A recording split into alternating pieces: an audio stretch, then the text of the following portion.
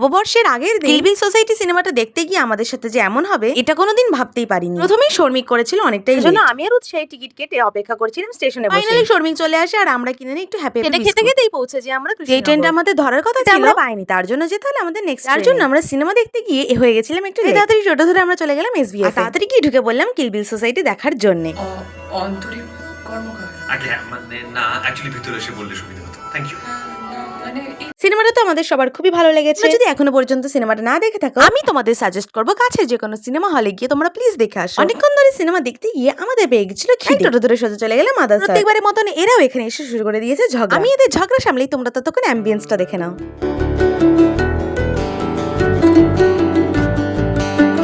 এরপর আস্তে আস্তে চিংড়ি কাটলেট, গন্ধরাজ ঘোল, আম পান্না, তারপর আরেকটা ফিশের আইটেম ছিল আর পাশাপাশি ছিল পোলাও আর মাটন। মাছের আরো আরেকটা এক্সট্রা আইটেম ছিল, এটার নাম যেটা আমি ভুলে গেছি। আর শেষ পাতে ছিল আমার মোস্ট ফেভারিট ডাব পায়েস। খাওয়া দাওয়া শেষ করে আমরা এখানে বাইরে এসে জিনিসগুলো দেখছিলাম। এই জিনিসগুলো কি সুন্দর লাগছে না? এরপর আর কি টোটো ধরে আমরা সেখান থেকে বেরিয়ে গেলাম। কি ভাবছো সেখান থেকে সোজা আমরা বাড়ি যাচ্ছি? একদমই নয়। আমরা কোথায় গেলাম সেটা দেখার জন্য ওয়েট করতে হবে তোমাদের নেক্সট পার্টে। তাড়াতাড়ি চ্যানেলটা সাবস্ক্রাইব করে নাও। দেখা হচ্ছে নেক্সট ভিডিওতে।